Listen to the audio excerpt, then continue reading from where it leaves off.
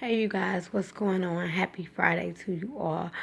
Just jumping on really quickly to share some thoughts with you all. Like my mind is all over the place, so this is not just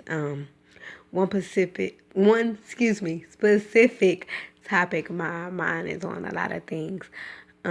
Wednesday when I went to Bible study and we were, talking and discussing and everything, one of my sisters said, "Wait, why am I talking?"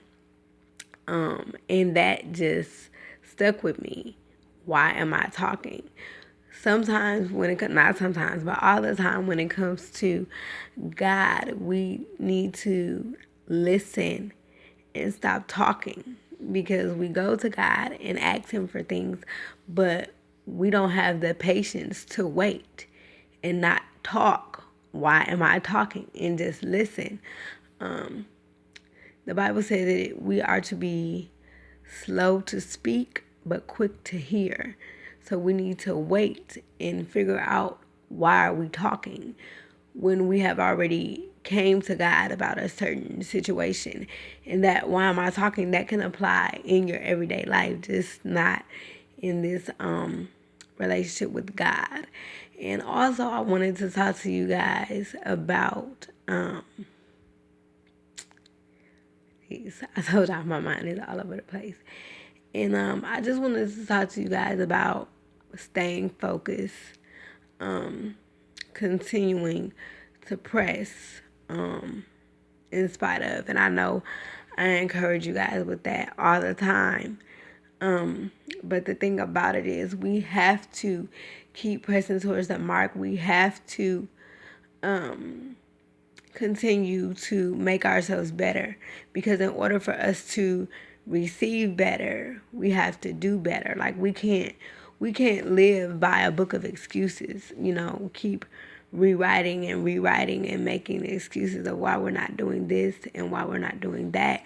But we come to God and we ask Him for things, but when he don't answer us the way that we saw fit, we come up with an excuse, and we can't live our lives writing a book of excuses. We can't.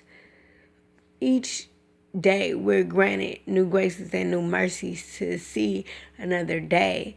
So how selfish of us is it that we come up with excuses of why we can't do the things that God has called us to do, or why we just can't accomplish a daily task? What if Jesus would have came up with an excuse of why He couldn't die on the cross for us? Then what would we do? We take so much for granted, and not realizing how blessed we are. We complain more than we praise, and we should really stop that. Like, because it's people that look to us, and if we're saying that we're followers and believers and we stand firm on who God is and what we know He can do, how dare we open our mouths to complain?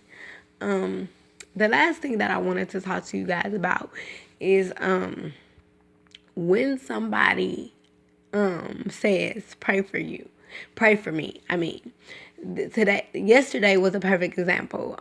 Me, Bernard, and Calvin were coming home from choir rehearsal, and then them getting a haircut. Long story. Anyway, and one of our neighbors was coming in the door, and we all, we spoke and everything like that. And she was like, "Y'all pray for me." And I said, "Do you want to pray right now?" And she was like, "Are you serious?" And I'm like, "Yes. Why are we waiting if you're asking us to pray for you?